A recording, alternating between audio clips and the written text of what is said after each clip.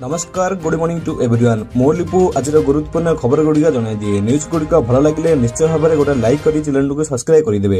तो चलतु आज गुरुत्वपूर्ण खबर गुड़िक उपर नजर पकईबा। आसंता 3 घंटा पर्यंत प्रबल अति प्रबल वर्षा हेब। सतर्क रुहतु एही 11 जिल्लार लोक माने। घूर्णिबलय प्रभाव में राज्य में वर्षा जारी रही।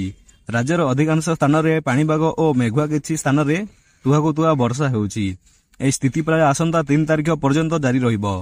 एमितिकी आजिठारु वर्षार प्रकोप बढ़िबा एवं मध्य आशंका करा जायछि। कारण वर्तमान सृष्टि होइतिबा घूर्णिबलय प्रभाव में एक लघुचाप सृष्टि हेबार संभावना रही। तेणु वर्षार प्रभाव बढ़िबा बोली पाणीपाग केन्द्र पक्षरु कहाଯାଇଛି। परवर्ती खबर महंगा भत्ता नहीं आसिला बड़ खबर। एही दिन बढ़िबो दरमा। मोदी सरकार खूब शीघ्र केन्द्र कर्मचारी महंगा भत्ता अर्थात डीए वृद्धि करवा जाउथिबा बेले जेथिपाई समस्त दरमा वृद्धि हेबो। परवर्ती खबर केरलरू आसिला दुख खबर। वन नाइड्रे ओ ओडिया डाक्टर विष्णु प्रसाद मृत मिलिला मृत्युदेह। भुवनेश्वर केरलरू आसी एक बड़ दुख खबर। वन एंड डाउन होइतिबा बेले भूस्खलन मृत्यु संख्या वर्तमान सुधा 150 टपिथिबा बेले मृत्युंक मध्य रही जणे ओडिया पुओ निखोज डाक्टर विष्णु प्रसाद चिरणଙ୍କ मृत्युदेह उद्धार करा जायछि। कटक जिलार चौद्वारा हाउस बोर्ड रे बासिंदा डाक्टर ओ विष्णु प्रसाद और तांको बंधु डाक्टर स्वाधीन पंडा वार्निंग लाइट रे निखोज होई पारे। तेबे वैष्णव मृत्युदेह उद्धार करा जायथिबा बेले एबे ही स्वाधीन निखोज रहिथिबा जणा पड़िछि। विष्णु को मृत खबर सुनिबा परे तांको परिवार शोकर छाया खेली जाइछि। परवर्ती खबर सीरीज विजय पर मुह खोलिले कैप्टेन कहिले अधिनायक हेबाकू चाहू नथिले। नुआ कोच और नुआ अधिनायक रेकर्ड भी नुआ विजय नुहेती पूरा सीरीज कबा। लंका को हराई विकेट क्लीनिंग सुपई बैटिंग और बॉलिंग रे कमाल कले खेलाली। तबे एसबु श्रेय और नुआ कैप्टेन कोच ऊपर कैप्टेन किंतु कहिसंदी अलग कथा जहाँ एबे बेस भाइरल होछि। श्रीलंका सीरीज पर अधिनायक विवृत्ति को नहीं चर्चा।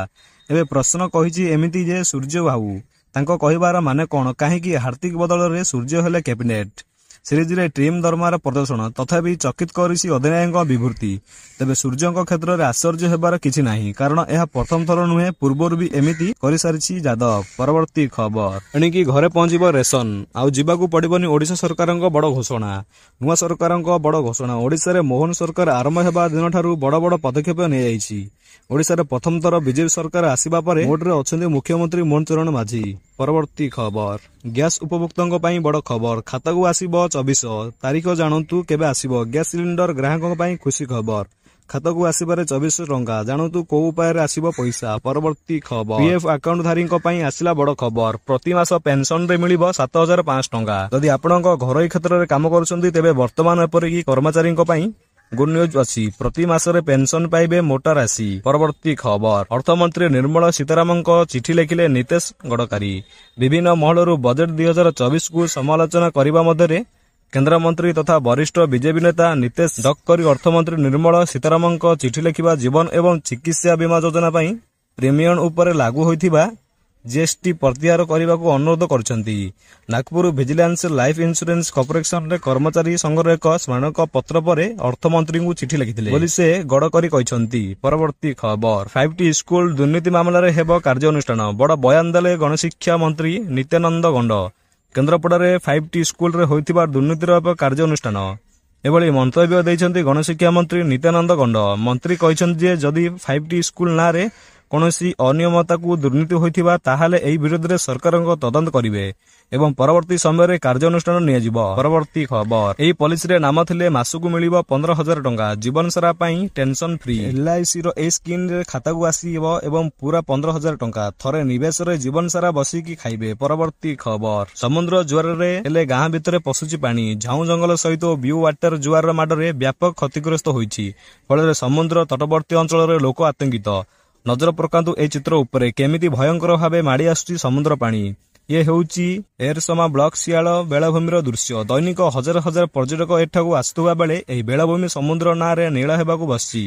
लघुचाप समय समुद्र जुआरिया हेले सियालिया और कलादेवी पद्मपुर और गड़हरिणीपुर एवं सरबंती आदि 10 रु ऊर्ध्व गाँव में पानी पशि 2 दिन तले समुद्र कूल लग्नि और व्यापक झाऊ जंगल क्षति होइतिला।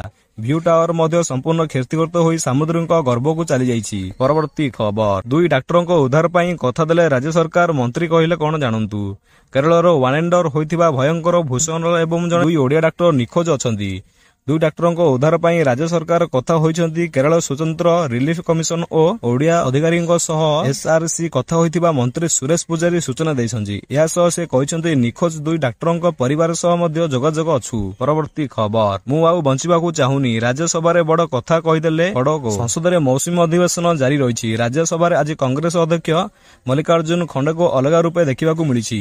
ଗୃହର ବିରୋଧୀ ଦଳ ନେତା ଅଚାନକ ଭାବୁକ ହୋଇଛନ୍ତି। ପରେ ପୁଣି ବର୍ଷିବ। ଭାଜପା ନେତା ଘନଶ୍ୟାମ ତିୱାରୀ ମଙ୍ଗଳବାର ଦିନ ରାଜ୍ୟସଭାରେ ଖଡ଼ଗେଙ୍କୁ ଟାର୍ଗେଟ କରି କହିଥିଲେ ଯେ ପରିବାରବାଦରୁ ରାଜନୀତିକୁ ଆସିଛନ୍ତି। ପରବର୍ତ୍ତୀ ଖବର, ବାଦଲ ଫଟା ବର୍ଷା ଓ ବିଧାନସଭା ପରିସରରେ ଆଣ୍ଠୁଏ ପାଣି। ଭିଡିଓ ସାମ୍ନାକୁ ଆସିଲା। ଉତ୍ତରପ୍ରଦେଶର ରାଜଧାନୀ ଲକ୍ଷ୍ନୌରେ ବାଦଲ ଫଟା ବର୍ଷା ଓ ସହରବାସୀଙ୍କୁ ପ୍ରବଳ ଗରମରୁ ଆରାମ ଦେଇଛି। ତେବେ ହଠାତ୍ ବାଦଲ ଫଟା ବର୍ଷା ସାଧାରଣ ଜୀବନଯାତ୍ରାକୁ ମଧ୍ୟ ପ୍ରଭାବିତ କରିଛି। ପ୍ରବଳ ବର୍ଷା ଯୋଗୁଁ ବିଧାନସଭାର ପରିସରରେ ଆଣ୍ଠୁଏ ପାଣି ଜମି ରହିଛି। ପ୍ରବଳ ବର୍ଷା ଯୋଗୁଁ ବିଧାନସଭା ପରିସରରେ ଜଳବନ୍ଦୀ ହୋଇ ରହିଛି।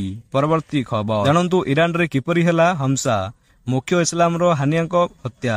ଇରାନରେ ହମାସା ମୁଖ୍ୟ ଇସ୍ମାଇଲର ହାନିଆଙ୍କୁ ହତ୍ୟା କରାଯାଇଛି। ଇରାନ ରାଷ୍ଟ୍ରପତି ଶପଥ ଗ୍ରହଣ ସମାରୋହରେ ହାନିଆ ଯୋଗ ଦେବା ପାଇଁ ପହଞ୍ଚିଥିଲେ।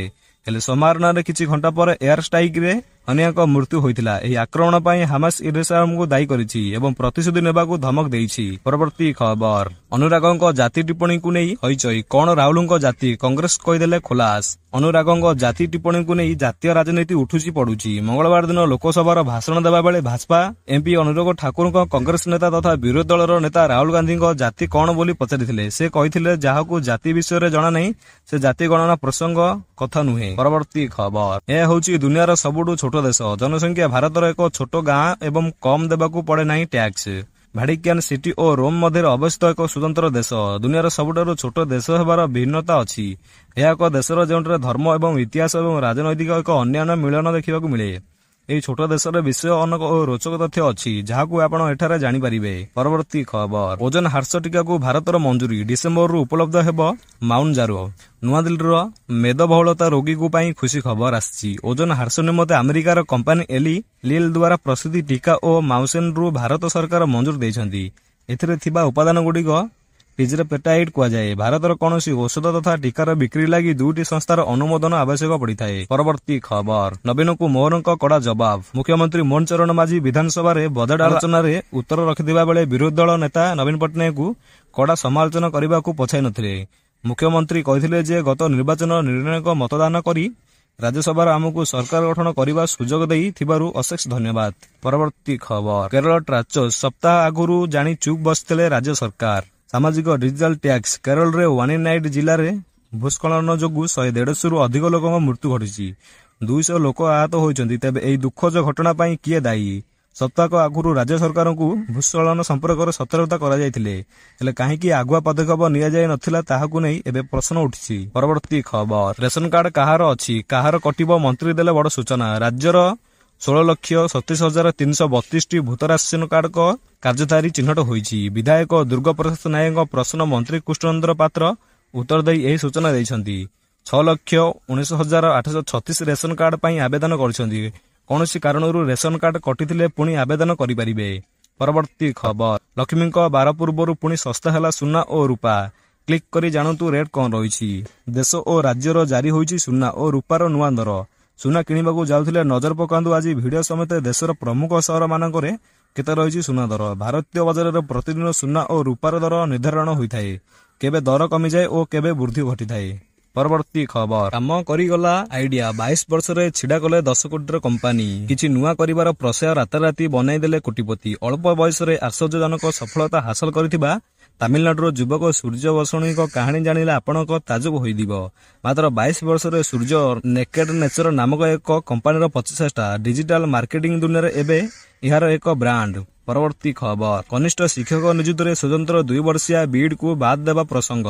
ରାଜ୍ୟ ସରକାର ଓ ପ୍ରାୟ 12ଟି ସ୍ୱତନ୍ତ୍ର ଶିକ୍ଷା ପ୍ରତିଶିକ୍ଷା ଅନୁଷ୍ଠାନ 2 ବର୍ଷିଆ ସ୍ୱତନ୍ତ୍ର ବିଡ୍ ପାଠ୍ୟକ୍ରମ ଚାଲିଛି, ଯାହାକି 2015 ମସିହା ପୂର୍ବରୁ ଏକ ବର୍ଷିକା ପାଠ୍ୟକ୍ରମ ଥିଲା ଏବଂ ଏନ୍ସିଟିର ନିୟମ ଅନୁସାରେ ଓ ଭାରତୀୟ ପୂର୍ବବାସୀ ପରିଷଦର ନୋଟିଫିକେସନ ଅନୁଯାୟୀ 2015ରେ ଶିକ୍ଷା ଓ ଶିକ୍ଷାବର୍ଷ ଠାରୁ 2 ବର୍ଷିଆ ପାଠ୍ୟକ୍ରମରେ ପରିଣତ ହୋଇଛି। ପରବର୍ତ୍ତୀ ଖବର, କିଏ ଲେଖିଛନ୍ତି ରାହୁଲଙ୍କ ଭାଷଣ, ଯାହାକୁ ନେଇ ସଂସଦରେ ଭାଜପା ହେଉଛି ଟେନସନ। ଆଜିକାଲି ସବୁ ସ୍ଥାନରେ କଂଗ୍ରେସ ନେତା ରାହୁଲ ଗାନ୍ଧୀଙ୍କ ଭାଷଣ ଉପରେ ଆଲୋଚନା ହେଉଛି। ତାଙ୍କ ଭାଷଣକୁ ଗୃହରେ ମଧ୍ୟ ପ୍ରଶଂସା କରାଯାଉଛି। ସେ ନିଜ ଶୈଳର ନିରନ୍ତର କେନ୍ଦ୍ର ଉପରେ ପ୍ରଶ୍ନ କରିଛନ୍ତି। ବିରୋଧୀ ଦଳର ନେତା ଭାବରେ ନିର୍ବାଚନ ହେବା ପରେ ରାହୁଲ ଗାନ୍ଧୀଙ୍କ ଦାୟିତ୍ୱ ବୃଦ୍ଧି ପାଇଛି। ସେମାନେ ବର୍ତ୍ତମାନ ଅନେକ ପ୍ରସଙ୍ଗରେ ବିରୋଧୀଙ୍କ ଦୃଷ୍ଟିକୋଣରୁ ଆଗେଇ ନେବା ଏବଂ ପଦକ୍ଷେପ ନେବା ଆବଶ୍ୟକ। ପରବର୍ତ୍ତୀ